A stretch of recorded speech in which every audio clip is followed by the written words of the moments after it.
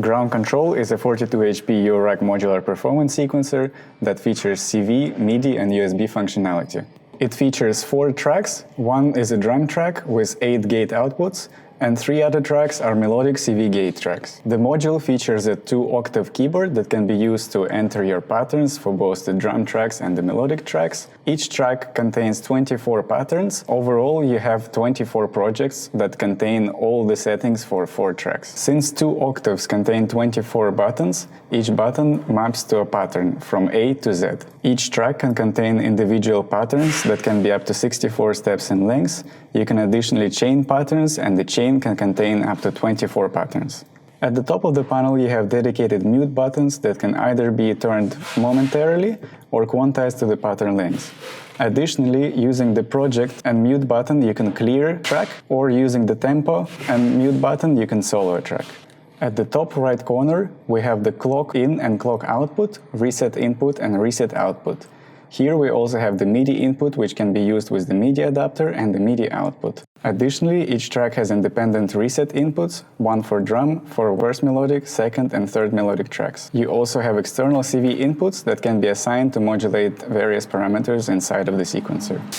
As for the display, its primary purpose is to show you which track has which pattern. So for example now, track D, the drum track, is assigned to pattern A, track 1 is also assigned to pattern A, and the same for track 2 and track 3. The drum track contains 8 trigger outputs and 1 modulation output.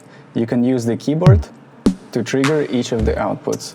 And additionally, if you are using the MIDI output, each trigger will also send a velocity. Tracks 1, 2 and 3 are identical and can be used as melodic CV gate tracks. You can use the keyboard to play and record the pattern, and additionally you can use the MIDI input to sequence the tracks externally. There are 3 different ways of entering pattern inside of the drum track.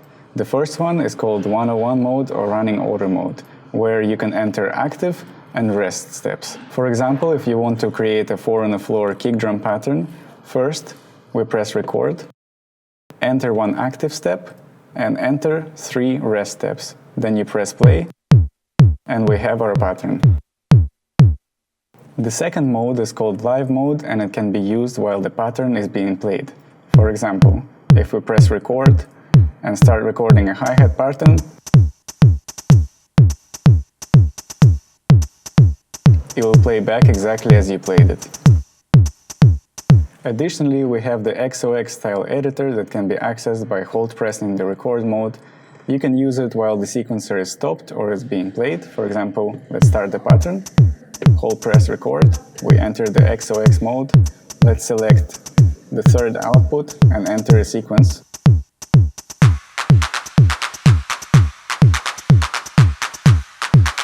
You can switch back to the kick pattern.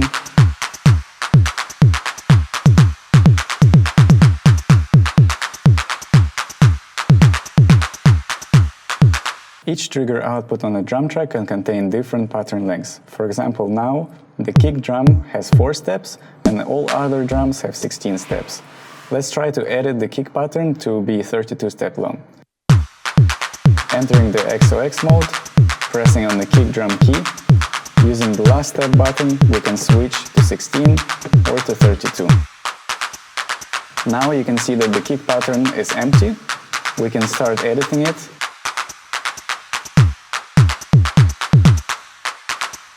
And you can also switch the pages from the first one to the second one and create another pattern on the last 16 steps.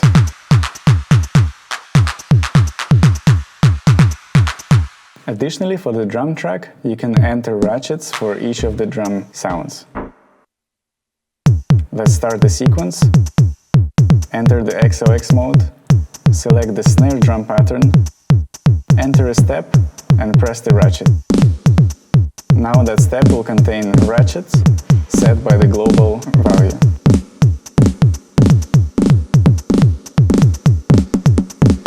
If you would like to change the number of ratcheting per track, you can do so by pressing the tempo button and I, and here you can set the amount of ratcheting up to 4 repeats. For the 101 step input mode, first you press record and you can start entering the active steps. You can add rest to make your pattern more sparse.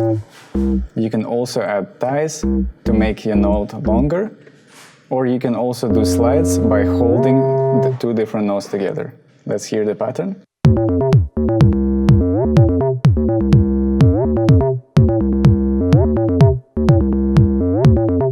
There are also a number of ways to transpose your melodic tracks. Let's start the sequence. The first one is using the octaves.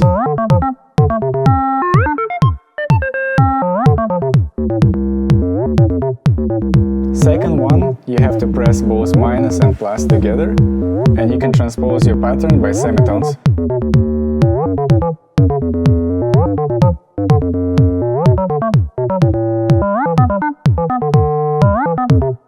The C note acts as your fundamental. If you would like to transpose all three melodic tracks, you can do so by first pressing the minus and plus button and pressing the last step. Now every track will follow the transposition of the track you're transposing. Let's clear the previous pattern by using the button combo of project and mute. And let's also check out the arm or wait for record mode by pressing the tempo button and record. Now the sequencer is waiting for us to input the note information, so let's do so.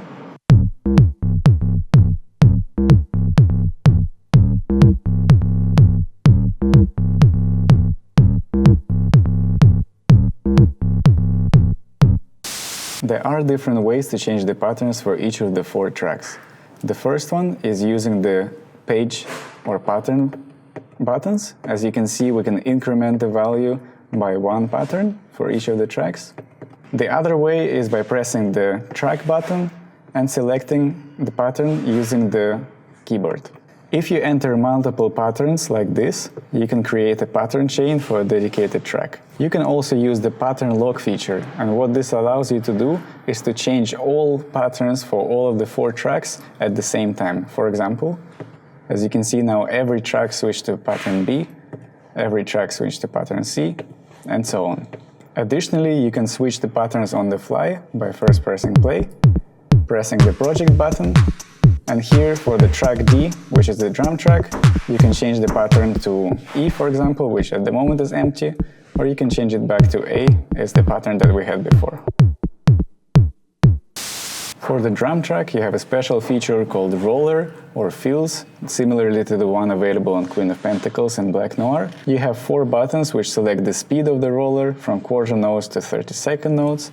Let's press play, select the snare, press on the 16th notes,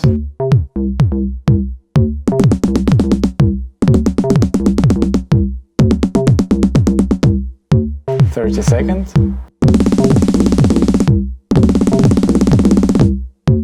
and so on. For the three melodic tracks, instead of having a roller functionality, we have Arpeggiator. First, let's start play. Then we can select the order of the arpeggio going up, down, random, or order. Let's select the up one, press and hold the notes.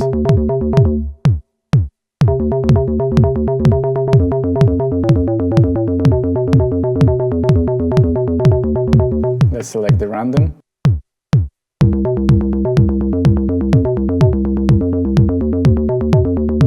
You can also latch it by pressing the last step. They can switch a chord.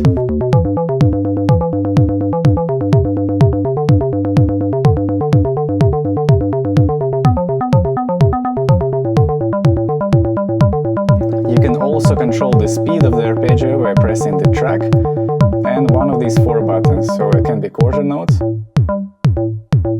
8th, 16th, or 32s.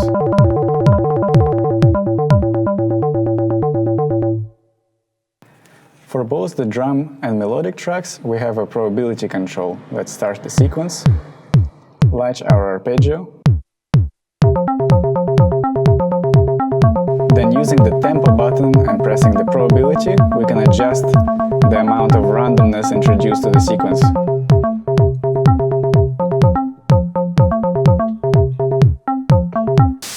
Let's create a quick sequence for the drum track, and I will show you how to use the shuffle to introduce more groove to your patterns.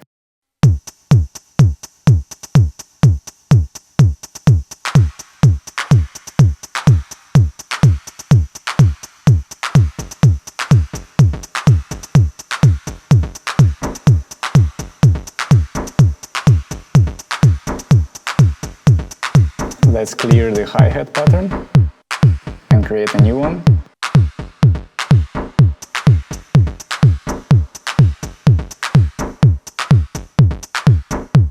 Then you press tempo and shuffle, and going over 50 you introduce positive shuffle amount or swing. As you can see now, pattern has a little bit more groove, which is used for techno or house or any kind of music. The ideal amount is around 54%. You can save the entire configuration of the sequencer by pressing Project and Record twice. Now all of the mute positions, anything you had set up previously like probability, ratcheting, arpeggiators, pattern chains will be stored on the SD card. If you would like to store any of the 4-track patterns, first you have to select the track, for example the drum track, then press Project, Record, and you can save it to location number A or pattern number A. If you would like to save the same pattern to a different pattern location, you can do so by pressing Project, Record, and select the location you want. Now the pattern A and pattern F will be exactly the same. For each of the 4 tracks, you can send velocity via MIDI. To do so, you can enter the editor mode, then enter velocity, and using the pattern buttons, you can switch between different steps in the sequence and adjust the velocity amount by using the keyboard from 0 to 127, or using the numerical input. By using the tempo button, you can change the BPM value incrementally by 1 or by 10. Additionally, you can press tempo and last step, and this will make sure that the tempo screen is always there and it's not disappearing when you need it. Additionally, you can use the numerical input using the keyboard from 1 to 5, for example, or you can do 1 to 8, and so on. By using the tempo button with the bottom row of the keyboard, you can access extra features. One of them is sync divider. You can set the divider for the clock output by using the page buttons, like so.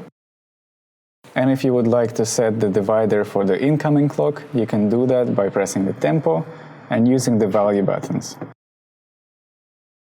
The sequencer is also fully MIDI featured, so you can use external MIDI controllers to enter and record your sequencers for both the drum and 3 melodic tracks. You can do so by using the MIDI adapter cable. The device and host ports work similarly to the shuttle control. You can use them to expand your sequencer with a shuttle control, or you can connect your external MIDI controllers to the host input and your computer to device input. Thank you for watching. Check out Ground Control Overview by Loop-Hop, link above. By the time this video is out, a new firmware with new features has already been released, so we recommend you to check our website, Endorphin.es, for more details. Goodbye.